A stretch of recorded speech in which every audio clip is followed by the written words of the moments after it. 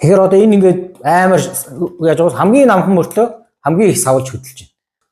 Яг одоо би нэг туршилт хийх үзүүлэх гэж байна. За энэ бол яг хэдүүлээ төсөөлөд үзье 3 нь яг ижил хийцэлтэй барилга гэж бодъё.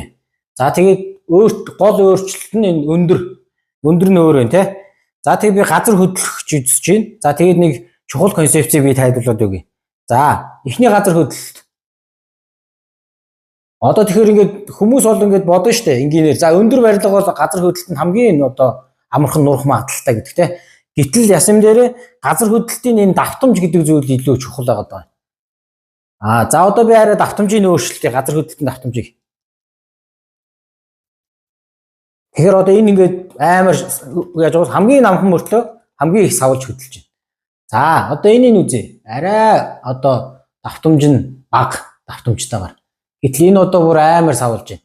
Тэгэхээр эндээс юу гэж ойлгох вэ гэхээр газар хөдлөлтийн давтамж гэдэг зүйл энэ байгалийнх нь өөрийнх нь энэ барилга байгууламжийн за хөндөж байдаг энэ барилгын нь өөрийнх нь давтамжтай давхцчихаар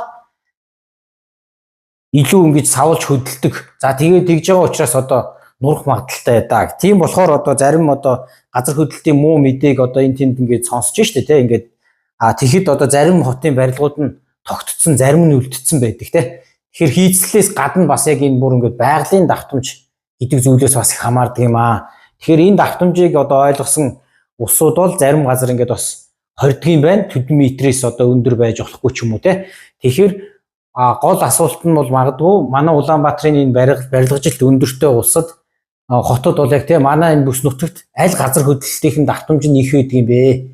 Тэрэнд нь одоо хамгийн одоо хурдан өртөж магадгүй тийм өндөр барилгын хэмжээг нь тааруулаад одоо болиулдаг ч юм уу те. Тэгэх юм бол бас үр дагаврыг нь бол бас бууруулж чадах нэ гэдэг. За энэ мессежийг өгөх гэсэн юм аа. Тэгээ энийг бол гарын доорх энгийн материалаар хийлээ.